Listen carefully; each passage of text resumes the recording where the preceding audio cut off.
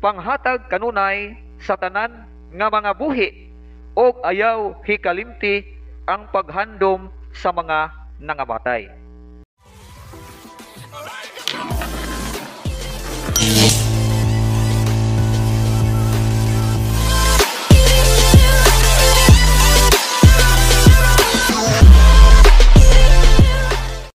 Sirach Kapitulo 7, versikulo 33.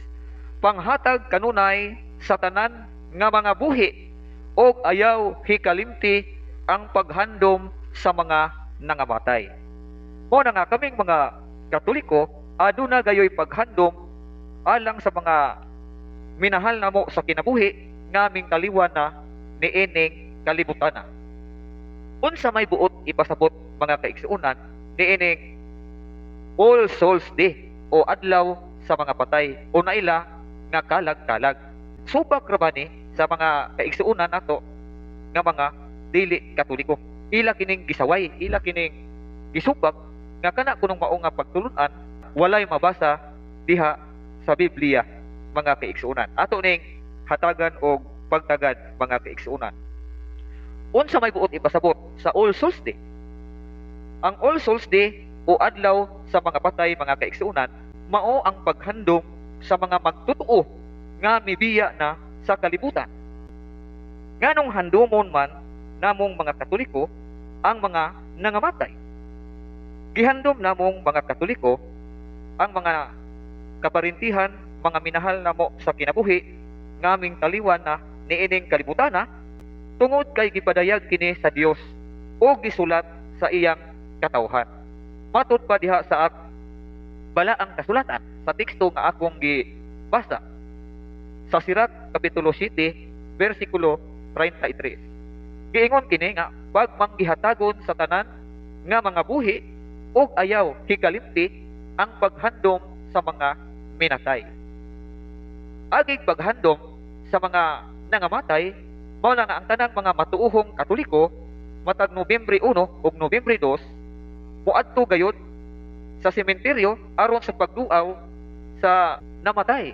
Halaran kini og bulak ug labaw sa tanan, halaran og mga pag-ampo. Gihandom ang mga minatay dili tungod sa tawhanon nga mga butang nga ilang nahimo samtang sa buhi pa sila. Kundili aron ato silang iampo mo na pinaka-importante mga kaigsuunan alang sa ilang pagdangat sa gingharian sa langit. Sa sulat ni Propeta Makabyo, atong mabasa nga gipahayag sa Dios ang pag-ampo alang sa mga nangamatay aron nga makalingkawas sila sa ilang mga sala. Kung atong basahon diha sa balaang kasulatan diha sa ikaduhang Makabyo, Kapitulo 12, versikulo 43 hangtod sa 45. Iampo ang mga kalag sa mga nangamatay tungod kay walay makasulod sa langit nga bisan diutang kudlit sa sala mga kaigsuunan. Sumala pa diha sa gipadayag Kapitulo 21 versikulo 27. Sa bag-ong tugon gilig-on sa Dios kining maong pagtulunan pinaagi sa paghandom ug pag-ampo ni San Pablo alang sa kalag ni Onesiporo diha sa ikaduhang Timoteo Kapitulo 1 versikulo 18. Matud pa ni San Pablo mga kaigsuunan, hinaot unta nga kaluy-an siya sa Dios sa adlaw sa iyang pagbalik, nasayod kapag ayo sa gidakon sa iyang gikatabang kanako didto sa Episo. Ang pag-ampo alang sa kaayuhan sa atong isig katawo sugo kana sa Dios mga kaigsuunan. Matud pa ni San Pablo diha sa unang Timoteo Kapitulo 2 versikulo 1. Usa angay og maayo gayud ang pag-ampo alang sa atong isig katawo. Apan labaw pang maayo og makapahimuot sa Dios ang pag-ampo alang sa kaluwasan sa mga kalag sa mga nangamatay. Ang All Souls Day o adlaw sa mga kalag, adlaw sa mga minatay, gisaulog sa Pithados sa Nobyembre matag tuig mga kaigsuunan. Sa sayong mga katuigan sa Kristyanismo, ang mga ngalan sa mga nangamatay gilista gibutang kini sa kining gitawag og diptychs. Ang diptychs mga kaigsuunan usa kini kabutang nga giporma og tablet pareha sa gisulatan sa napulo ka subo mga kaigsuonan. Og sa hinapos sa 6th century tuig 600 AD ang Benedictine monasteries naghandom sa mga minatay sa panahon sa Pentecost Sunday.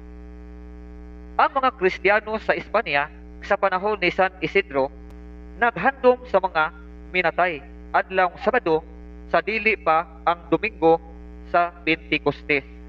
Ang mga Kristiyanos usab sa Germany niadtong tuig 930 AD ilang gihandom ang mga minatay sa pitsa 1 sa Oktubre.